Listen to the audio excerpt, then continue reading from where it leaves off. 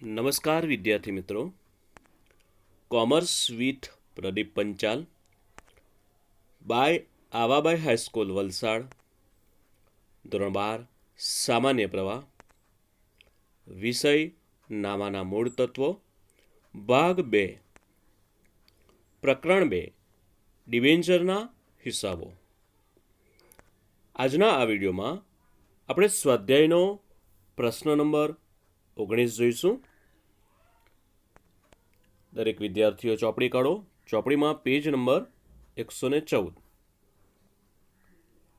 પારસ pharma લિમિટેડે તારીખ 1/7/2017 રોજ ₹400નો એક એવા 9%ના 20,000 ડિબેન્ચર બહાર પાડ્યા, જે 7 વર્ષ બાદ 12%ના પ્રીમિયમે પરત કરવાના છે. જો આપણે પ્રીમિયમે પરત કરવા કીધું છે, 12%ના પ્રીમિયમે પરત કરવાનું છે. વિજ્ઞાપન પત્રની શરતો મુજબ ડિબેન્ચર દીઠ ₹125 અરજી વખતે અને બાકીની રકમ મંજૂરી વખતે ચૂકવવાની છે. તો અરજીમાં આપણે 125 લેવાનું અને મંજૂરીમાં કેટલા આવશે? 400માંથી 125 બાદ કરશું એટલે મંજૂરીમાં આવશે 275. ડિબેન્ચર બહાર પાડવા અંગે કંપનીના ચોપડામાં જરૂરી આમનોંધ પસાર કરો. ચલો, ડિબેન્ચર બહાર પાડવાની આમનોંધ લખવાની છે આપણે. અરજી અને મંજૂરીની અગાઉ આપણે શીખી આવ્યા છે, શેર મૂડીના ચેપ્ટરમાં પણ શીખી આવ્યા છે. ડિબેન્ચરના ચેપ્ટરમાં પણ શરૂઆતની આમનોંધ આપણે જોઈ છે. તે જ પ્રમાણે આપણે અરજી અને મંજૂરીની આમનોંધ લખવાની છે. ફક્ત એક બાબત અંદર આપણે એડ કરવાની છે. તો પહેલાં આપણે હેડિંગ મારી દઈએ.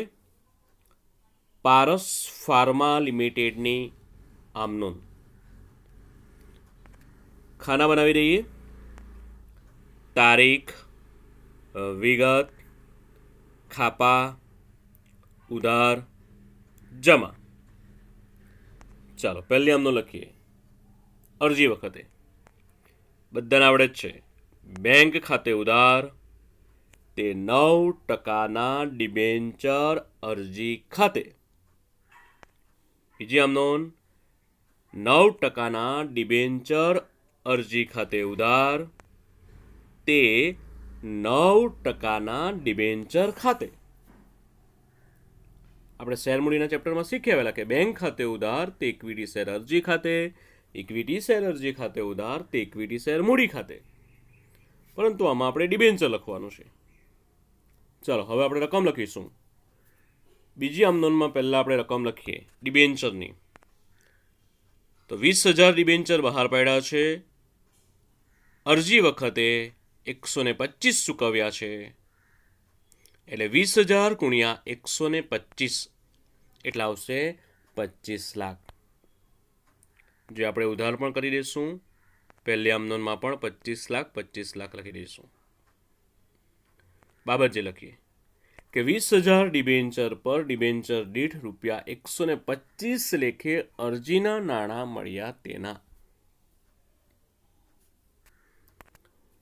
બીજી આમનોંધની બાબત જે મંજૂર કરેલ 20,000 ડિબેન્ચર પરના અરજીના નાણાં ડિબેન્ચર ખાતે લઈ ગયા તેના. તો આ થઈ અરજીની બે આમનોંધ. હવે આપણે મંજૂરીની બે આમનોંધ જોઈએ.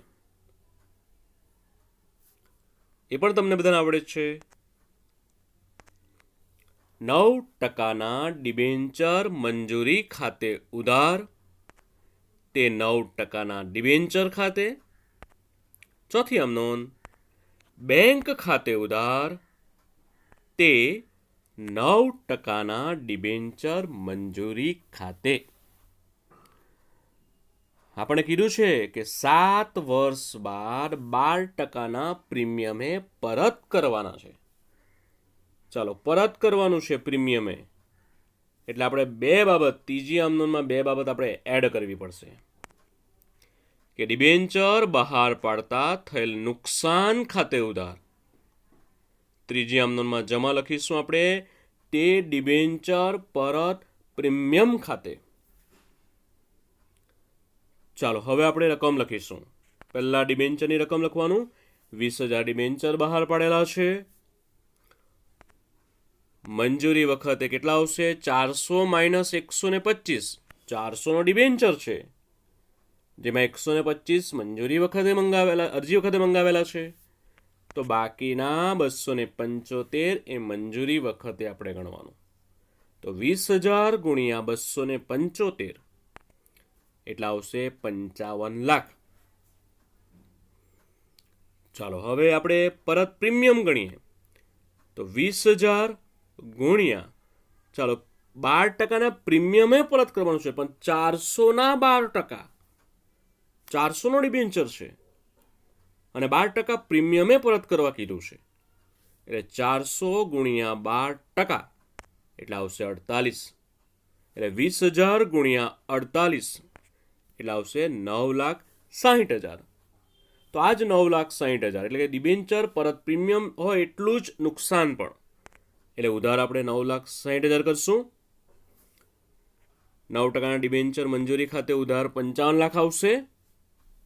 ચોથી આમનોનમાં જમા પણ આપણે 55 લાખ લખીશું, કારણ કે ત્રીજી આમનોનમાં ઉધાર 9%ના ડિબેન્ચર મંજૂરી છે. ચોથી આમનોનમાં 9%ના ડિબેન્ચર મંજૂરી જમા છે, તો રકમ બંનેની સરખી જ આવે. હવે બેંક ખાતે ઉધાર પણ આપણે 55 લાખ લખીશું. ચાલો બાબત જે લખીએ આપણે કે 20,000 ડિબેન્ચર પર ડિબેન્ચર દીઠ 275 મંગાવ્યા તેના તેમજ ડિબેન્ચર 12% પ્રીમિયમે પરત કરવાના છે તેના. ચોથી આમનોની બાબત જે મંજૂરીના નાણાં મળ્યા તેના. તો આ થઈ મંજૂરીની આમનોન. આપણે બે જ આમનોન લખવાની છે, અરજી અને મંજૂરીની. આમાં ફક્ત બે બાબત આપણે એડ કરેલી છે, એક ડિબેન્ચર બહાર પાડતા થયેલ નુકસાન અને ડિબેન્ચર પરત પ્રીમિયમ. આ દાખલામાં આ બે બાબત તમારે ખાસ ધ્યાનમાં રાખવાનું છે. આ દાખલો પણ બોર્ડની પરીક્ષામાં પૂછાયો છે. આવું જ ઉદાહરણ 16 છે, જે તમારે નોટમાં કરવાનું રહેશે. Thank you.